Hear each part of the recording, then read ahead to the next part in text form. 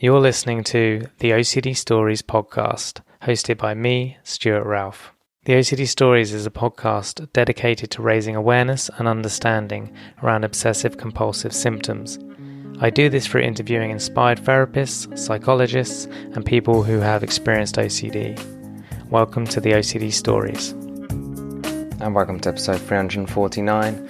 And in this one, I got Anna Geldard, who has kindly agreed to share her story with us. In particular, we talk about some of her early mental health childhood experiences, school anxiety, how OCD affected her work. She details some of her specific OCD experiences. We discuss depression, medication, postnatal experiences of OCD, getting diagnosed and getting therapy, harm-themed OCD, a relapse, hit-and-run themed OCD, getting therapy again, going inpatient, feeling suicidal, how menopause may have exacerbated some of her mental health symptoms, hormone replacement therapy for menopause, and so much more. And thank you to NoCD for supporting the podcast. NoCD offers effective and convenient therapy available in the US and outside the US. To find out more about NoCD, their therapy plans, if they currently take your insurance, or to download their free app, head to go.treatmyocd.com/the OCD stories, or the link will be in the episode description. So thank you to Anna for her time. I deeply appreciate it. And of course, thank you to you guys. As always, it means a lot that you listen or still listen. I appreciate it. So without further ado, here is Anna. Welcome to the podcast, Anna. Thank you. It's good. Really happy to be here. Yeah, thank you. Thank you for coming on. And as you know, I'd love to hear your OCD story. So as much detail, it'd be good to hear that now. Yeah, so I feel like my OCD story is really complicated, and I don't know whether maybe everyone feels like that, because it is not a simple condition. But yeah, it's quite long. I don't really see OCD in my childhood, which I don't know if that's unusual. I have listened to tons of your podcasts, and it does seem that most people can see something. And I have kind of thought over and over, was there anything, but not. But I did definitely have general anxiety as a child. And that really kind of came out when I was about 8 years old. I started having a lot of anxiety about school. And I didn't know what it was. I didn't understand. Obviously, it was anxiety. All I knew was that I felt sick about going to school. And I later kind of looked back and I termed it my school phobia. But I don't know. I think now that's even not necessarily a thing. I think it's a bit more complicated than that, basically. But yeah, so I had all this anxiety about school, and I would feel sick. Sometimes I would be sick. And in those days, like we're talking like quite old. This is the 80s. Parents were just told there's nothing wrong with her. You must push her to school. You must force her to go to school. So that's what they did. And they were quite hard on me, but you know, my parents were just told that's what you should do. But the teachers were hard on me too. Like I felt very much like I was a problem. The teachers would be very kind of irritated by me if I said I didn't feel well. They'd just be like, yes, I know you don't feel well, you know. And it was horrible, because as an 8-year-old, I couldn't understand, and I didn't understand why it felt like they were kind of saying it was my fault. And obviously I couldn't control it. And I really, really wish that I wouldn't feel sick. And I'm not religious, but I can remember like praying that please don't feel sick in the morning. And then I'd wake up and feel sick. So anyway, that was kind of childhood. And I did get forced to keep going, and I did kind of come through it. And I was okay. I kind of muddled my way through my teens. Didn't love school, but I got there, did okay in my exams. All I ever wanted to do for a career was work with children. And I didn't really know how to what sort of job, but really all I wanted to do was be a nanny. But my dad was quite high in business, and he wanted me to do something more kind of academic. And I had these A-levels that I got. And so I decided I'd go into paediatric nursing. And it was really at work that my OCD symptoms started to manifest. And it was, I always had I always had that underlying personality traits, I think, but I was very much a perfectionist. I wanted to be the best. I wanted to always be perfect. I wanted, I wanted to make my patients get better. And I would always turn everything on myself if things didn't go well. If a patient deteriorated while I was looking after them, my first thought would be, what have I done? What have I missed? Have I made an error? And people would like say to me, why is that the first thing you think of? Like, if something happens to my patient, I think, what's going wrong in their body? I don't think, what have I done? But that's just the way I was. And actually, to some extent, it was really praised. Like, people would say, oh, you're so conscientious, you're such a perfectionist, such a good nurse, so thorough. And like, I would be there late. I would never go home on time because it's busy. It's always busy. I couldn't finish everything I wanted to finish. So I would be putting in the extra hours unpaid, and I didn't care, because in my head, I was just like, I would rather stay an extra hour unpaid and do the things that I want to do and, finish off my work, rather than go home and worry. And that was just my kind of mentality. But I think, obviously, like, over the years, I kind of like burnt out, to no surprise, really, because it was really hard. And I don't really know at an exact point at which it tipped into OCD, but so it would go from just being generally very careful and double checking things, and like I say, staying late, to checking and checking and checking. And then for some stupid reason, I thought it would be a really good idea to go and work in intensive care. I just thought that it would be a very controlled environment, that it would suit my personality, that because it's one-to-one, like, it would just, I could just do everything I wanted to do to that one child, and that would be a good idea. And actually, the reality was, I was working in a very busy inner London unit, and it was incredibly stressful and scary. And I was quite early on in my career, and I just found it terrifying, and I hated it. And for some reason, I didn't leave. I just thought, I've got to stay. I've got to overcome it. I've got to battle it out. I've got to stay at least a year. It looks bad on your CV if you leave too early. So I was like, telling myself, you stay a year, stay a year. And yeah, I really struggled. And I really struggled when things did go wrong. Like, children, they recover really quick, but they also deteriorate really quick. And there was a couple of really traumatic things, really traumatic deaths. And again, I would just literally be like, is there anything I did wrong? Did I miss anything? And, I'd go to my colleagues, I'd get reassurance.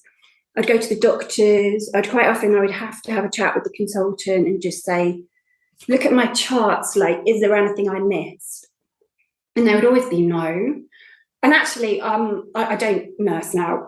I haven't done it for a long time, but I've got friends that are nurses, and they actually have told me that these days they do a lot of debriefing.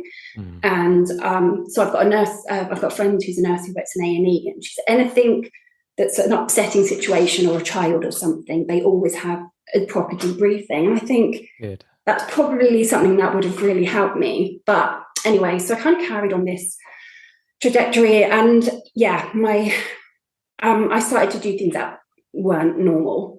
So I'd have like drugs drawn up, and I'd be about to go and give them, and I would think, I think I've done it wrong, and I would throw them in the bin.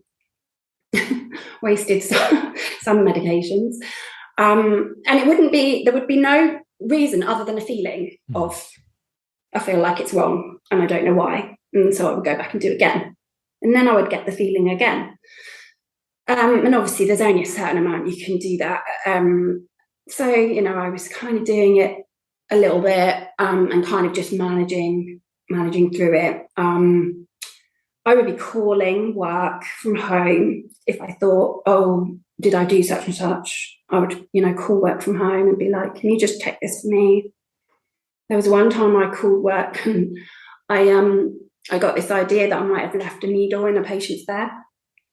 for no reason, just because I had been giving them some drugs with a needle, and it just came into my head, like, what if that needle fell into that patient's bed? And so I ran work. I think my colleagues must have thought I was crazy, although they were very kind. And I was like, I know this sounds ridiculous, but please, could you just go and double check that patient's bed for me? And they'd be like, yeah, okay, fine. And they'd do it. So this went on, and obviously I was finding it hard. I had bouts of depression, which probably was all related. Was on and off antidepressants, but things probably didn't come to a real head until I had my own baby when I was 29.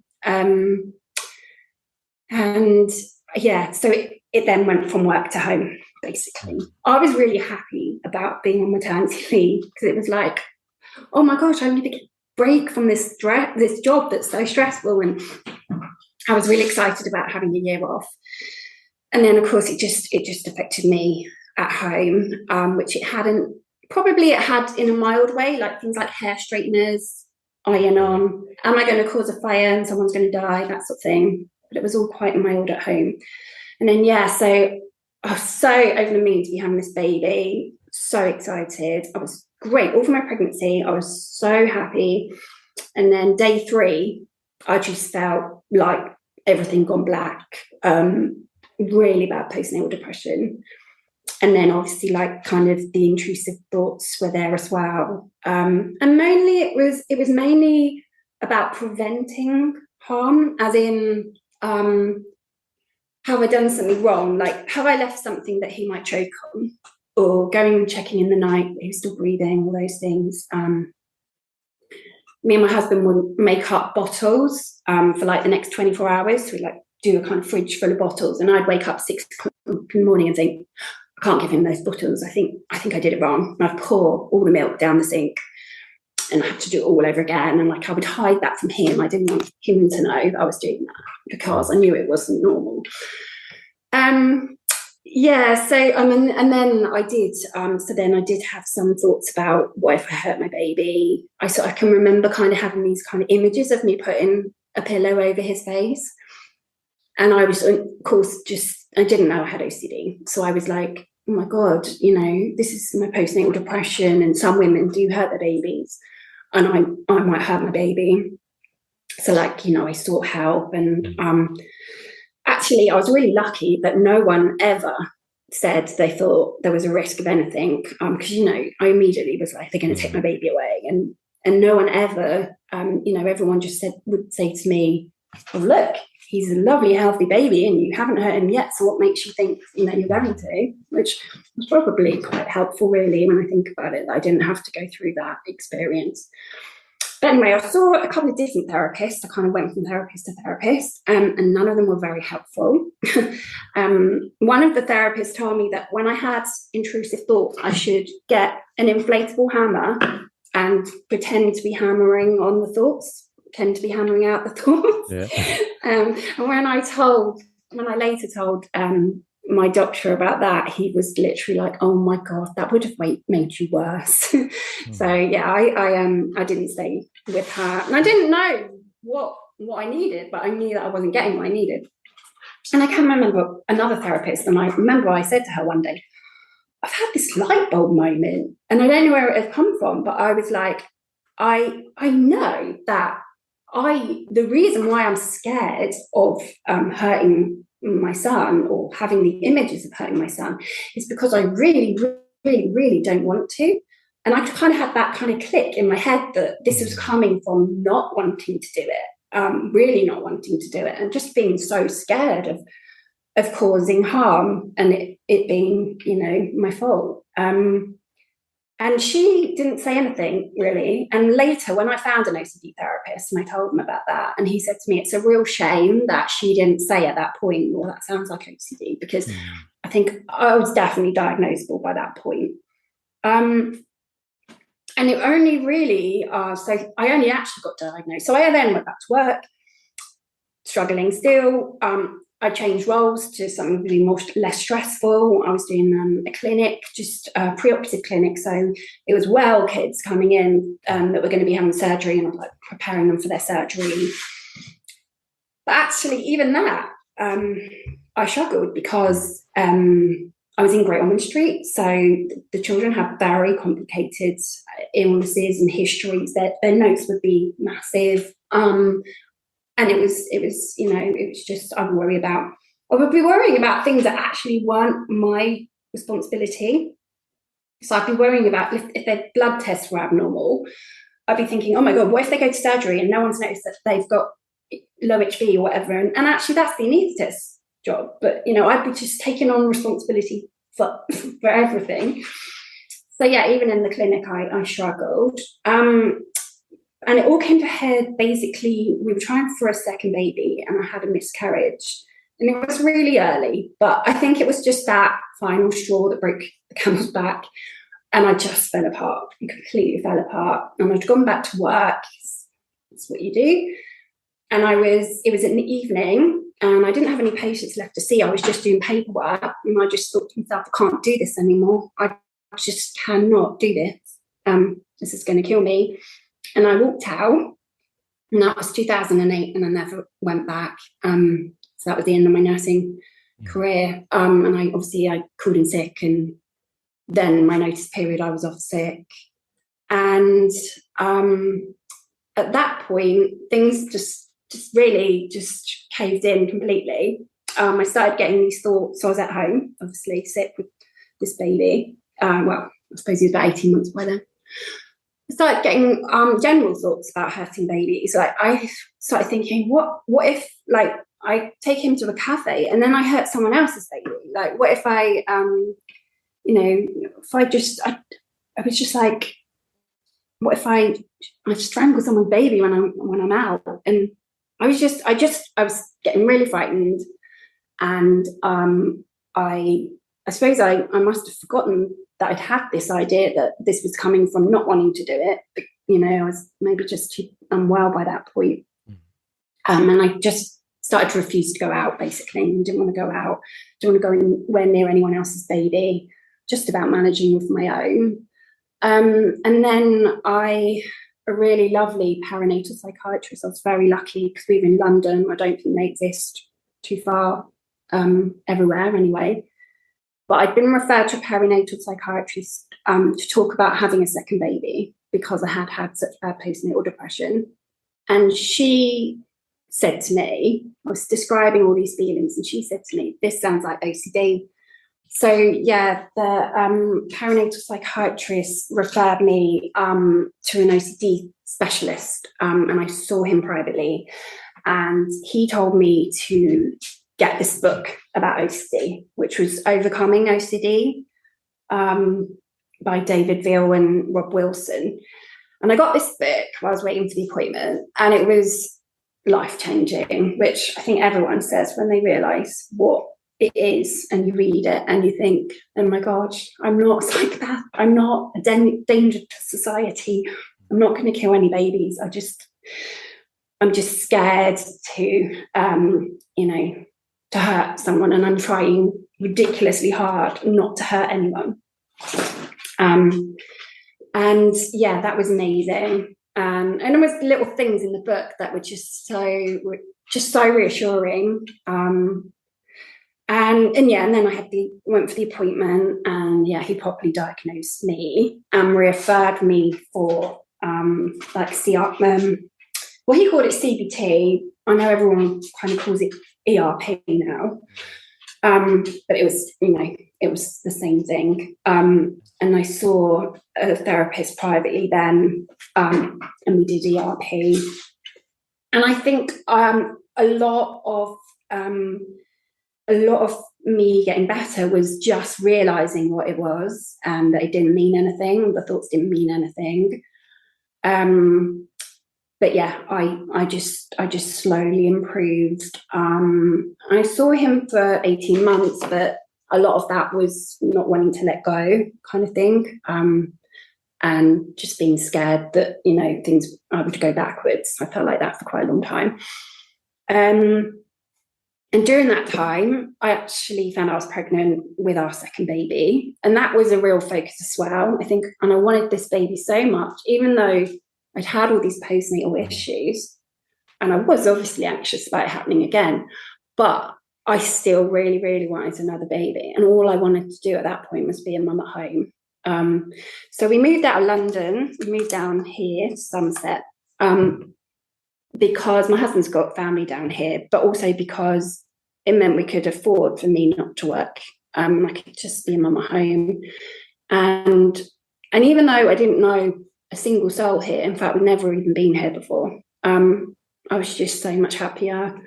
And I kind of built a whole new life really at home. And yeah, really, the next 12 years were, I was pretty good.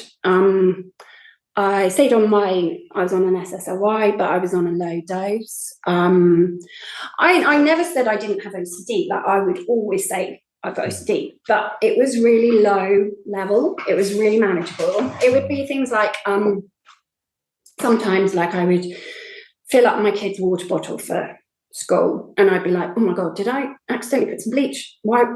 Like, did I do it right? I don't remember doing it. I'll do it again. And so I'll tip the water out and I'll do it again. So, but it was manageable because it was never more than, maybe 2 times at the most. And I would really struggle with my hair straighteners and the iron, especially going on holiday. Like, it'd be very, very hard to leave. And I still do that. I check and check and check. I take a photograph. I get other people to check for me. But all of that was manageable, and it was.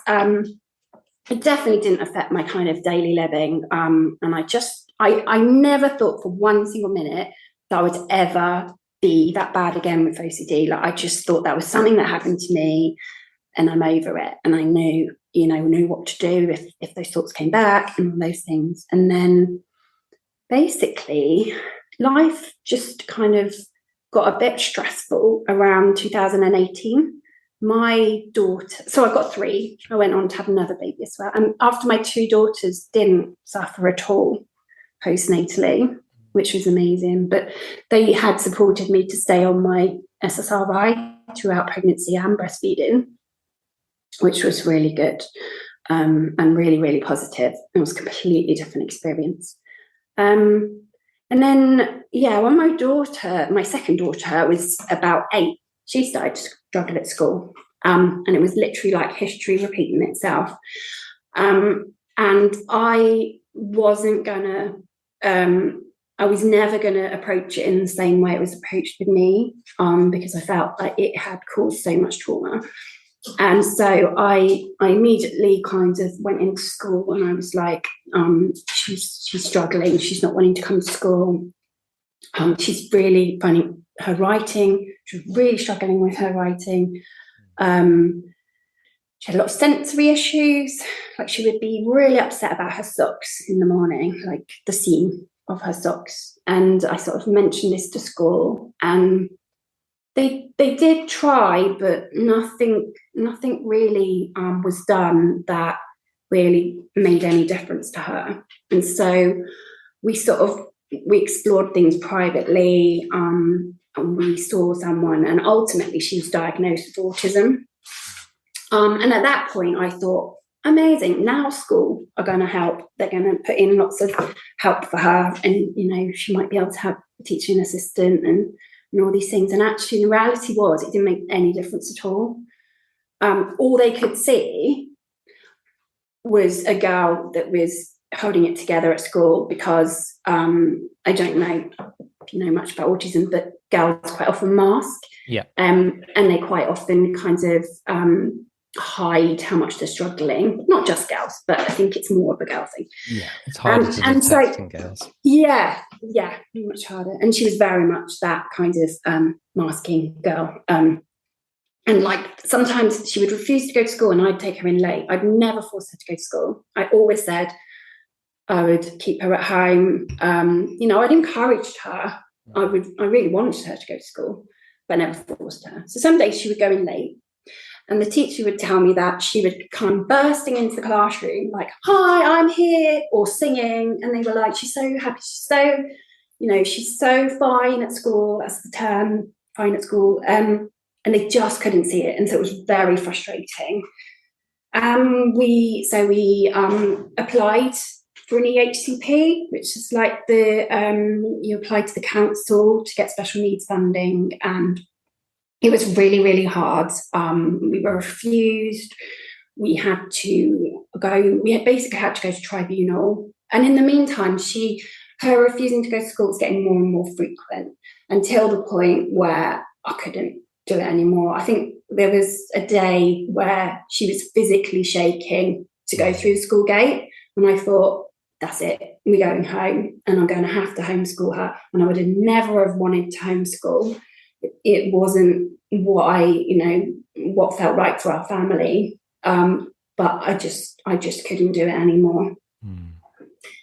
So while we were kind of battling for specialist education for her, and going through the courts and everything, and at the very same moment, COVID hit, and it made everything 10 times harder, which it did for everyone. But it meant, so there was a specialist school that we were looking at, but it was a small private school, and it was funded with sort of small investors. And she'd done a trial, and she'd got on really well, and she loved it. And a couple of days after her trial, the school closed down due to some finance being pulled related to COVID.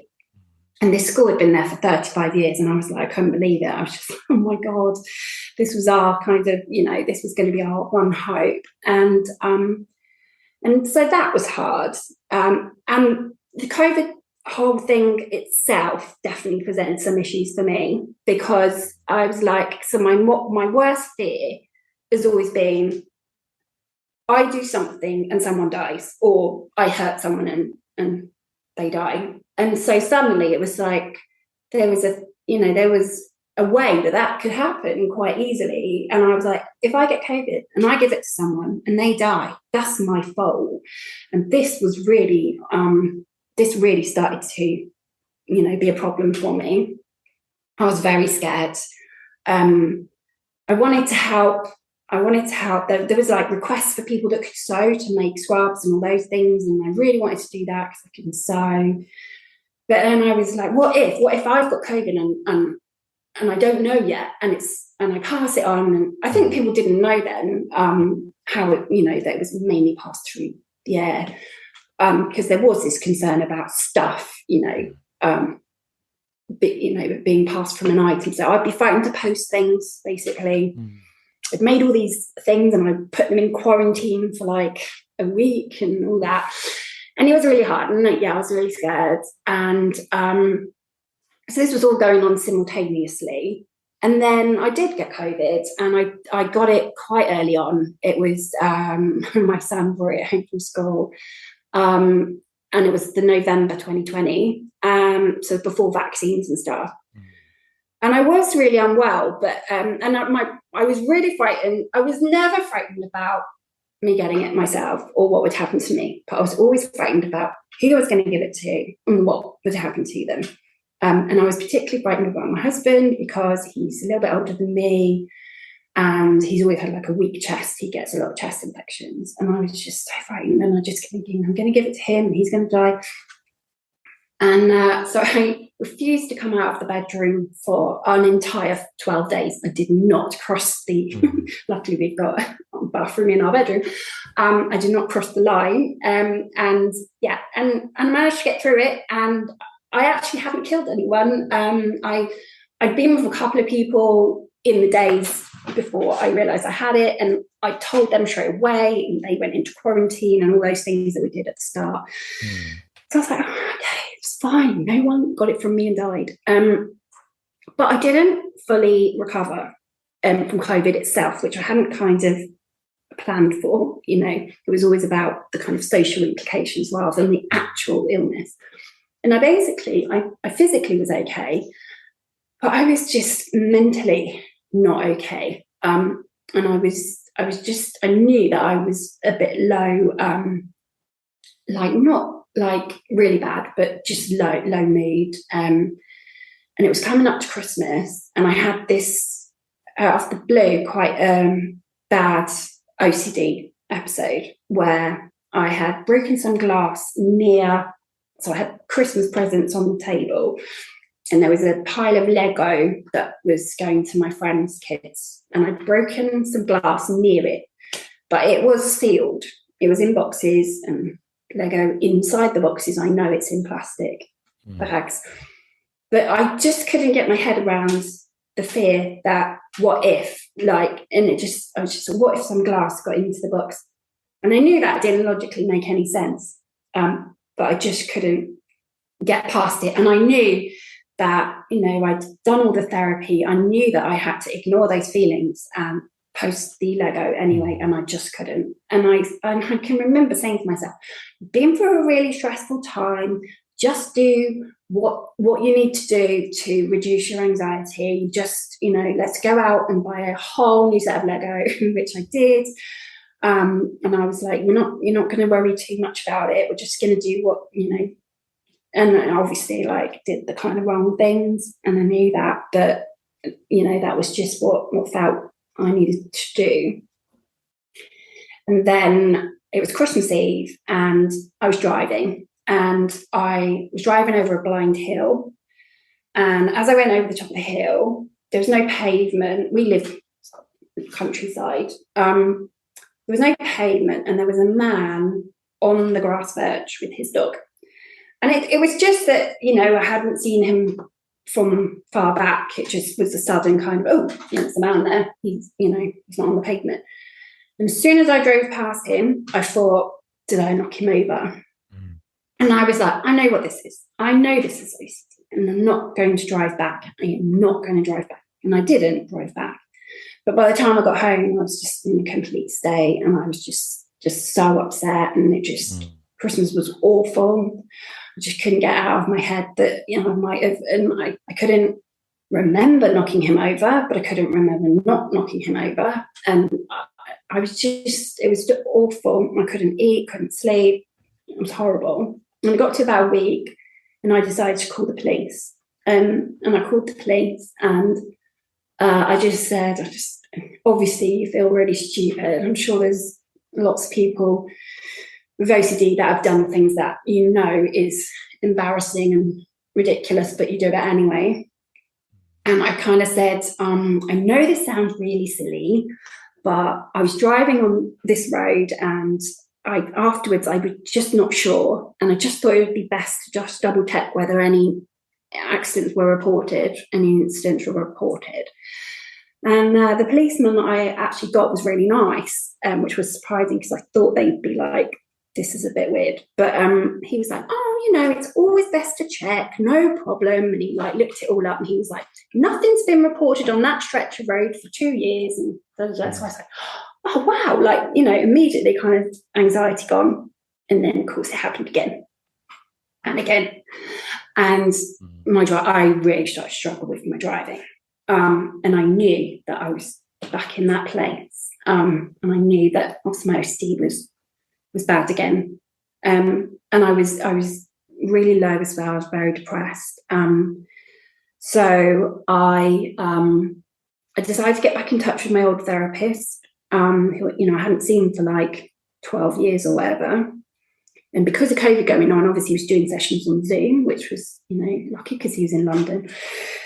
And I thought to myself, I'm going to be really proactive. I've done this. I know I can overcome it. I've overcome it before.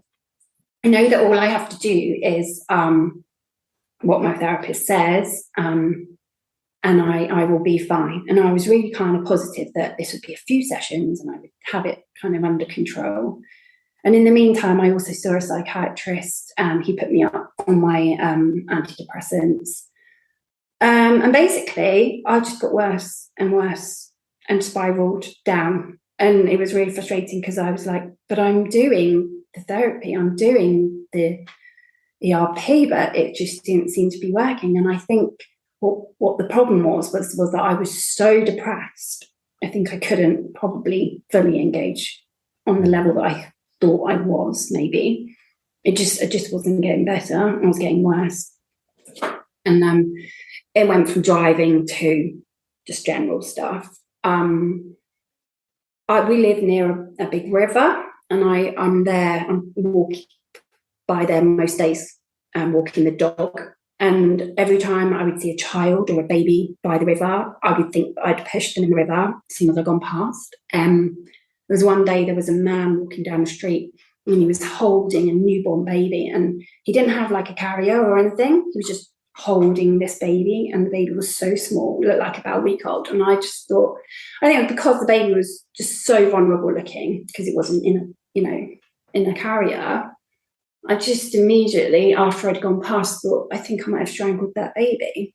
And it was just awful, just so hideous. And yeah, it was just getting worse. And it got to the point where I was out one day walking the dog, and I had this thought that I might have put a kitchen knife into my daughter's school bag. And I rang my husband, and I was panicking, and I was in tears, and I said, you've got to go down to school straight away. You've got to go and get that bag. And he was like, no, I'm not. He knows, he knows everything. And he was like, no, I'm not going to school to get the bag. And I just thought, I can't do this anymore. I really can't do this anymore. And I got into bed, and I basically didn't get out of bed for 3 weeks. I was in a very, very, very bad place. It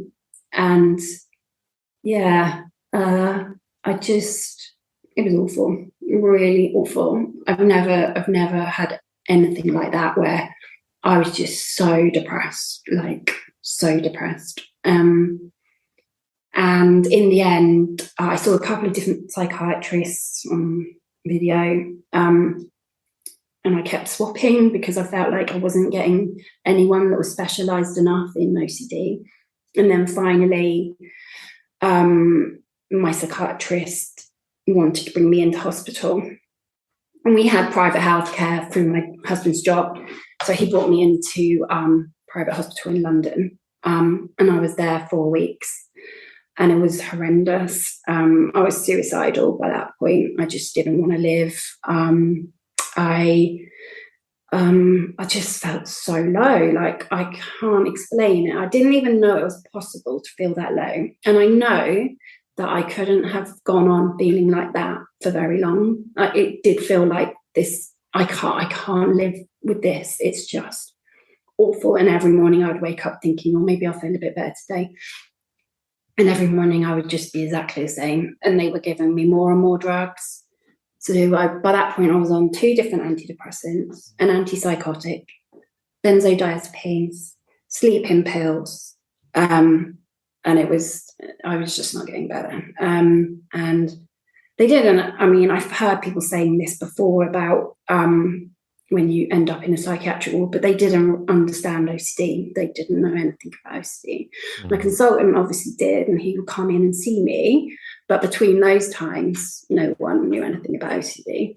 And they were trying to make me go to the therapy sessions. And I was like, I really don't think I'm going to get anything out of it. And sometimes I would go and I would sit there and think, this isn't going to help me. And I can remember thinking, I really like my life.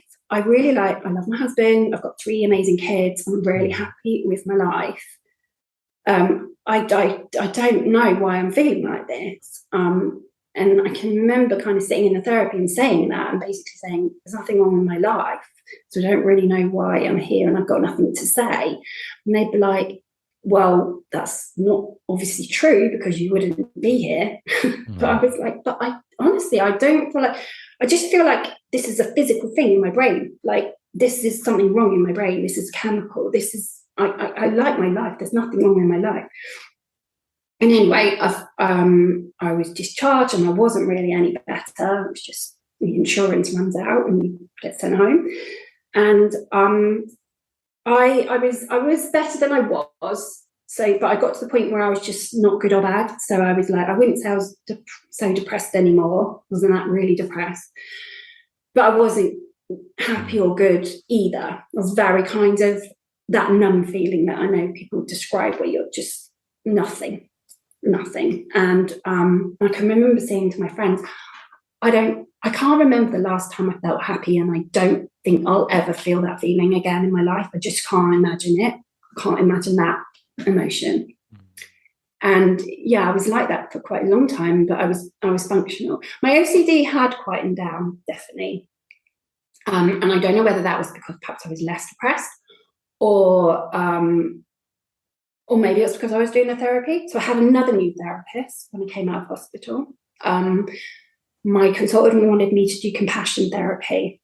So I found a therapist, or no, he referred me to a therapist that does like compassion, ACT, and ERP, and she's a real OCD expert. So I was kind of doing a bit of everything. But I might spend most of the sessions just crying, and I didn't really know why I was crying. I was just crying. And then, yeah, this continued for a while. I was better, but I wasn't fully better. And one day my friend said to me, I'm going to go to the doctors. I've got really bad night sweats, and my joints ache, and I've been feeling low, and I've kind of looked it all up, and I think it's menopause. And I was like, oh, okay. Well, she's 47, I'm 45. I thought that was too young. Anyway, she went and she got prescribed HRT. And I sort of asked her after a few weeks how she was getting on. And she was like, oh my God, you just wouldn't believe how different I feel. And I realise now that I haven't been feeling myself for about 3 years. And she said that the first day she put the patch on, her night sweat stopped. And I said to her, oh my God, I've got really bad night sweats. I've had it for all year. And I thought it was all the medications I was on. And I remember it being particularly bad in hospital because I can remember we had air conditioning, and I would be setting it to like 17, and the nurses would be coming in the morning and going, oh my God, it's freezing in here. And I'd be like, is it? And so I just thought, oh my gosh, I've been having night sweats, and I could, relate to some of the other symptoms, and kind of looked it up, started reading, and realised I wasn't too young at all, very much average age, 45. And so I went as well. I decided to see someone privately because I just didn't want to be fobbed off, and I knew that it's not easy for everyone to get HRT. So I wanted to see a specialist, and I sort of told her everything I'd been through, and she was like brilliant. She fit me in quite quick. And yeah, she said, yeah, I definitely think it's worth giving you a trial. And she, when I said that I'd had postnatal depression, she was like, oh, there's often, not always, but often a link. There's women that tend to struggle for like PMS, and then postnatally, and then they can be the ones that tend to have trouble in perimenopause. Mentally, and that is kind of a thing basically. And I was like, well, gosh, that makes a lot of sense. And so yeah, so I got prescribed the HRT, and I went on it, and I felt better almost straight away. Not necessarily mentally, like I didn't kind of wake up the next morning and go, hooray, I'm really happy, but I felt physically better. I felt like I had energy for the first time in forever, and I just felt better, and I felt like my brain had been plugged back in. I felt like my brain had been off and it had been plugged back in, and I slowly over the weeks improved. My mood improved. I started to be able to engage with the therapy because I stopped crying, and I had been literally just crying all the time. I would go up to my husband and I'd just be crying, and he would say, what are you crying about? And I'd say, I don't know. And that all stopped. And then, yeah, I obviously just felt like I could get more from my therapy, basically. And so I look at it now, and I think it was a combination of everything. And I was still on some of the drugs. I luckily managed to get off the benzodiazepines. I really didn't like taking those, and sleeping pills. Came off them straight away.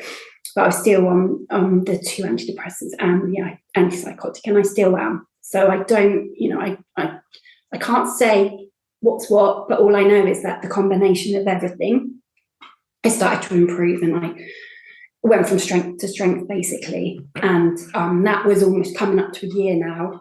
And I'm still getting there. I still haven't managed to get in the car. Okay. And that's a long time now of not driving, because I just got to the point where it was one day where I not only had these thoughts, but I thought I literally had an image of a woman hitting the windscreen. And I could have described to you what she looked like. Like, I had this image. And I said to my therapist, like, I know what this woman looks like. Like, when she hit my windscreen, she was wearing this and she was wearing that and she had this hairstyle. And he went, it's the same thing. It doesn't make any difference. It's whether it's an image or a thought or a, whatever, a feeling, it's OCD. And I was like, okay, but it feels different. It feels, and I just could not get in the car again. And so I know that obviously I'm not 100% there, but I'm a million times better than where I was. So that's where I'm at to at the moment. Sorry, it's so long, my story. No, thank you so much for sharing. So obviously HRT is hormone replacement therapy. So I just wanted to say that for anyone that's not familiar with it. Okay, so with your therapist, the lady that does ACT, ERP, and CFT, how's that been for you? That kind of trio of therapies? Yeah, it really is helpful. I mean, I actually think that had I gone back again after hospital to my other OCD therapist, I think I probably would have done well as well. Okay. But yeah, I definitely think I'm definitely getting something extra from the kind of self-compassion, and yeah, I can see a lot of where my entire life I've been so hard on myself. But yeah, it's still work in progress, definitely. And she tries to do a bit of everything. She tries to make sure that I am still doing a bit of ERP. Or sometimes, we'll just focus more on, she does rescripting, imagery scripting, and we do sort of things like where I have to talk to my younger self, which I do find really hard. But yeah, I'm definitely feeling like the benefits, and yeah, I feel really positive. And it's actually over a year now I've been seeing her, and I don't really have a plan to stop at the moment. The only thing that is difficult is because she's based in London, because that's where I was referred to her, and I wanted a really, really good OCD specialist, and they're not necessarily everywhere. I didn't really know down here who I would trust and stuff. So it's all been over Zoom, and I do sometimes feel like a real loss of connection, like there's something missing. There's like, it's really hard sometimes to connect. And I definitely think that has been a problem for me. And I feel like it took me longer to really get a good relationship with her. It definitely took me longer. It was really nice in the summer. I decided to go up to London and just do one face-to-face just so that we'd met. And that was really nice. Yeah. Yeah, that is a good idea, I think. Absolutely. So what was I going to say? Yeah, I mean, you mentioned, I'm going to ask you about sort of like a light bulb or epiphany moment. And you did mention early on in your story where you had that kind of breakthrough of, I'm worrying about this because I don't want to do it. That's why it's so scary to me. Was there anything else that kind of something just clicked for you around OCD or the therapy? Yeah, like probably at several points. I think that probably the biggest one was getting that book and reading the book. Yeah. And it just confirming that kind of inkling that I'd had. And like I said, I hadn't really known where it had come from. I just that kind of sudden realization that, hold on, this is because I really, really don't want to do these things. So yeah, the book and being referred to a proper OCD specialist and seeing my first therapist was just, yeah, it was just a massive moment for me. And like I say, it really, really did help me at that time. And then the second time, so I kind of see it as two kind of separate things. the second time it was interesting. What had changed was, so when I was going through it the first time, which is 2008, I didn't know a single soul that had OCD. I'd never heard of anybody else. And we didn't have social media, or we didn't have it to the level that we have now. So like when I realized I was struggling again, and I started to look online, and I found this podcast for a start, and that's, you know, it helped me so much, and that's partly why I wanted to come on it myself, because it was such a goal for me to I'd listen to these people that had overcome it or were overcoming it, and I just thought, I can do that, and I can go on it and tell my story. And it was such a thing to kept me going. And there was concepts, just now and again there was something that someone would say that would just make so much sense. And I know that Shannon Shai was one of the people that you'd had on, and he made a massive difference for me. I went and got his book because just something clicked with the way that he saw it. And that was so helpful, really helpful. And I think he just really focuses on, however hard it is to do that kind of leap of faith thing, where everything is telling you not to do it, not that, you know, or not to ignore whatever it is, and that you have to go against that if you're going to get better. You have to, because you've got two choices. You've got the hell of OCD, and you've got getting better. And if you don't do that thing that is the hardest thing in the world, it's, you know, going to be really hard to get better. And I don't know, it's just something about the way that he'd written his kind of theories and stuff that really helped me. And I had a few peer support not lessons, you know, sessions with him as well. So that was really good. Yeah, probably the main thing. But yeah, finding the community, finding Instagram, and everyone, you know, all the people in the community was so helpful. That's awesome. Thank you for sharing those. So words of hope for anyone listening, what would you tell them?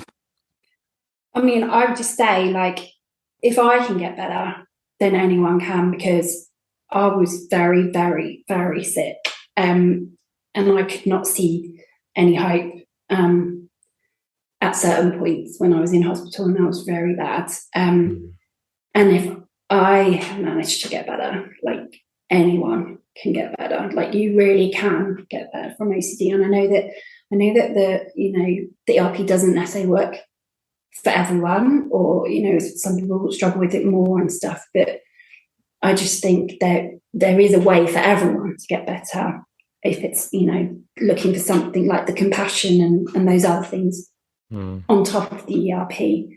I just don't believe there's anyone that couldn't get better. So there's definitely so much hope. Definitely. Yeah. Thank you. So you can pick up the phone and call the 20-year-old you. What do you tell her? I would say, don't be a nurse.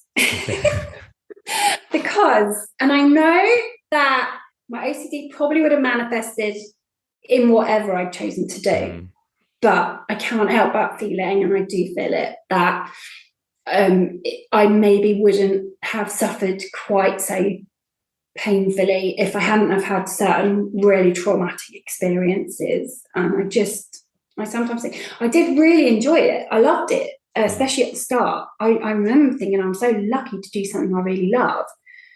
But the responsibility of having children and babies' lives in your hands is what it felt like. It was just really hard. And so if I could go back, I wouldn't do it again. And I really hope my kids I wouldn't stop them if they want to, but I'm just hoping that they don't feel that way inclined to do anything medical.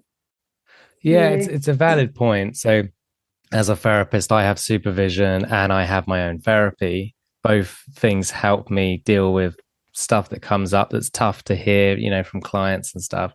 So yeah, it's shocking that nurses, doctors, and whoever else in the medical profession don't have that. And I'm sure it's changing, as you said, some of your colleagues, but it needs to be for everyone, because it's tough. Yeah. I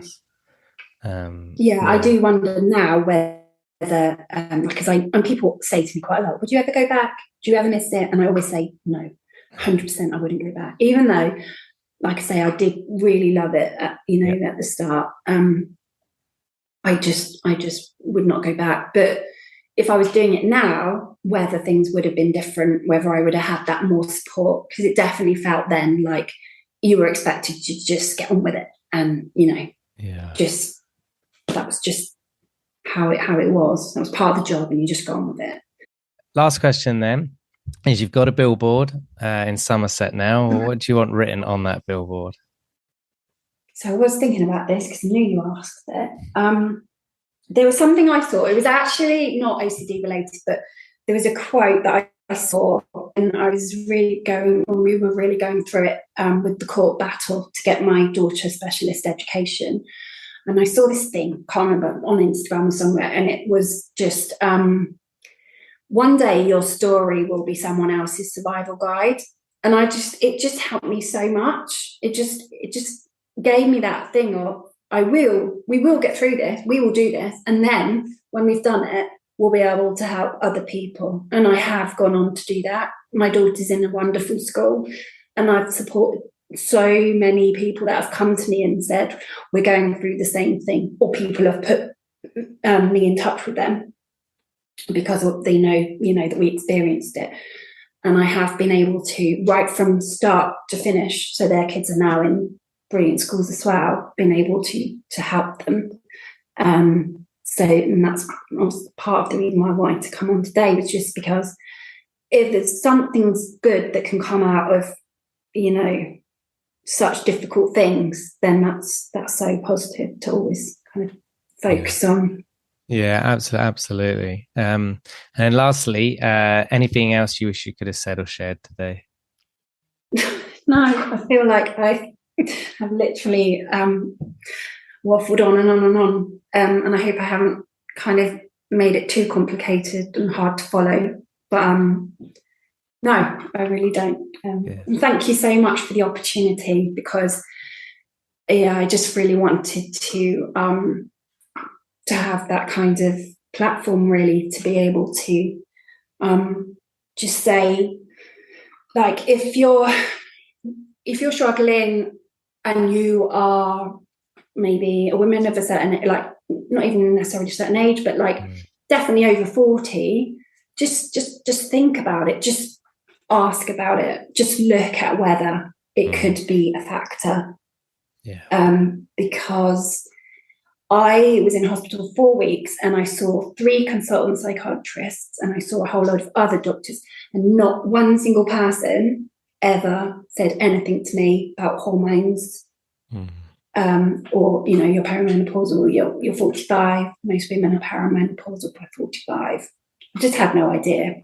So just look at it, just read up, and I've got various kind of websites and things that I've found that if anybody does want resources to get information about menopause and stuff, send them to me and I can put them in the show notes. Cool. Well, thank you so much for sharing your story. It's been a real pleasure hearing it, and thank you for going into so much detail. I really enjoyed hearing it. Thank you. Thanks so much. Thank you for listening to this week's podcast. If you enjoy the OCD Stories podcast and would like to support us with a one-time tip/donation, please go to theocdstories.com/support. All tips, no matter how large or small, are greatly appreciated. Please subscribe and rate the show wherever you listen to the podcast. And thank you to NoCD for supporting our work. If you want to find out more about NoCD, head to go.treatmyocd.com/theOCD stories or click the link in the episode description. And quick disclaimer, guys, this podcast is not therapy. It is not a replacement for therapy. Please seek treatment from a trained professional. And until we speak, take care.